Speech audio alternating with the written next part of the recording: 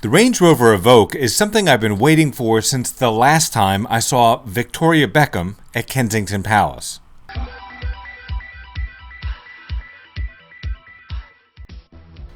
Okay, I admit it, it's the only time I've seen Victoria Beckham, and it's the only time I've seen the inside of Kensington Palace.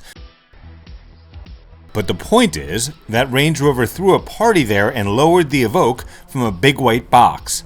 Posh Spice, David Beckham's wife, Victoria Beckham, was there as a design influence. She was just there as a brand ambassador at that particular event, although she is doing a little bit of consulting work with our design studio on some color and trim, some things you might see in the future that are a bit different, something that we perhaps wouldn't have done in-house without some outside style advice. The folks from Land Rover say that while their vehicles traditionally skew more male, they are not trying to use the ultimate soccer mom to attract more women, but I'm guessing that if that happens, they won't be upset. The Evoque is unlike anything else on the road. It comes as either a 5-door, which is basically a wagon, or a 2-door with a hatchback. While the coupe is more unusual, just be aware that the slope of the roof of the coupe cuts down on the rear seat headroom. Speaking of headroom, it can seem infinite in the Evoque. The glass roof is enormous. If you look up, you'll notice, everything. I see no birdies there. No birdies? My only gripe is that it doesn't open at all. I like to be able to open the sunroof and leave the windows closed when I'm in the city. It makes it harder for anyone to reach into the car and steal something off the passenger seat. One of the great things about the new Range Rover is that it comes with their special windshield defogger. It's a mesh between two pieces of glass. You can hit a button and defog the windshield without that annoying blast of hot air that dries out your contact lenses. Also, on the topic of the windshield, the solar film on the glass blocks the transmission of E-ZPass. In other words, I may or may not have paid to go through the Lincoln Tunnel about 6 times. I wish car companies would just make built-in E-ZPass an option. There are special E-ZPass tags you can get that mount on the bumper instead of the windshield, but I'm betting there's got to be a simple way to just stick the E-ZPass behind the grille. In the meantime, Land Rover is putting little cutouts in the solar film for you to place the E-ZPass.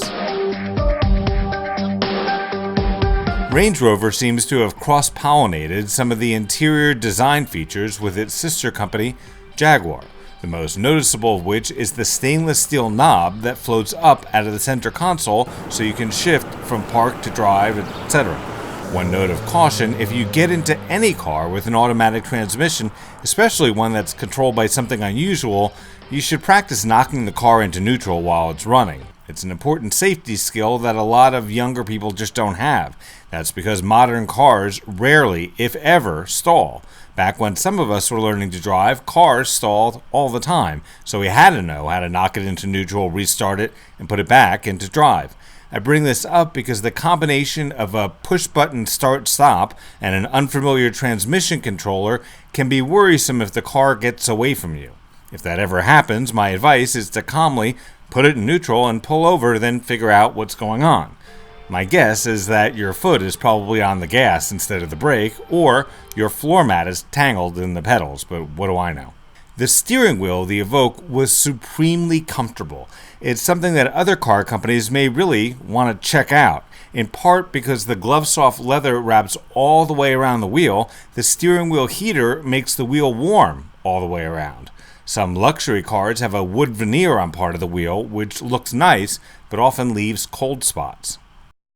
The key thing here is about traction. The Range Rover Evoque we tested had a turbocharged 2-liter 4-cylinder engine that generated 240 horsepower. According to Range Rover, that'll get you from 0 to 60 in 7.1 seconds.